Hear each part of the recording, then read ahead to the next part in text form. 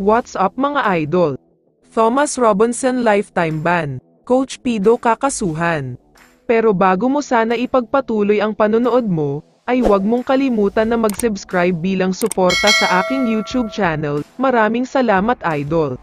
Maraming mga fans ang sobrang nagulat talaga, matapos maglabas ng isang napakabigat na balita ang iba't ibang mga source, at sinasabi nga na binitawan na daw ng NLEX Road Warriors ang kanilang super import na si Thomas Robinson. Ayon sa source, ang dahilan daw kung bakit pinakawalan ng NLEX ang import nila, ay dahil sa tatlong bagay. Una na nga dito ay ang naging altercation o away niya sa Northport team manager na si Pido Herencio. Ang pangalawa naman na sinasabing dahilan ay dahil sa ugali nito, meron daw kasi siyang attitude problem. Sobrang mahirap daw talagang pagsabihan at matigas ang ulo, kapag may gusto daw siya, gusto niyang masusunod ito agad-agad.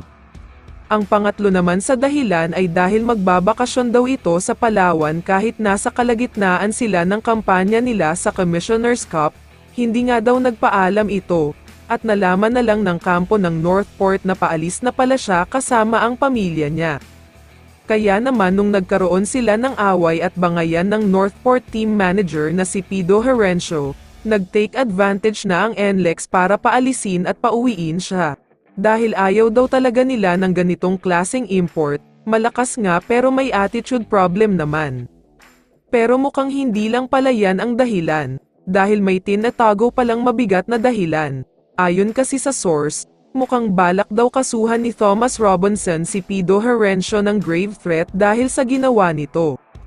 Pero pinigilan nga daw siya ng NLEX management, at nagkaroon ng kondisyon na kapag itutuloy niya ang pagsampa ng kaso, papaalisin na siya bilang import ng mga ito at magre-request sila na patawan siya ng lifetime ban ng PBA.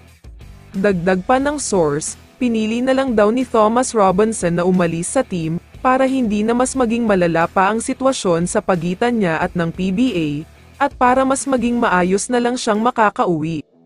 Halo-halo ang mga reaksyon ng mga fans dito, at ang iba ay naniniwalang totoo ang unang balita, na sobrang matigas ang ulo ng import na ito at may attitude problem pa siya. Nakikita kasi sa kanya na mainitin ang ulo niya kada game. Pero ang iba naman ay naniniwala tungkol sa usapan sa pagsasampa ng kaso, hindi natin alam kung sino sa kanila ang nagsasabi ng totoo. Pero sana ay maayos pa ito lalo pat malapit na tayo ngayon sa kalagitnaan ng conference. Kaya naman kung ikaw ang tatanungin idol, sino sa tingin mo ang nagsasabi ng totoo? I-comment mo naman ang sagot mo sa tanong na ito. So dito na nagtatapos ang video na ito. Maraming salamat sa pagsuporta at panonood mga idol. Ingat at bye-bye.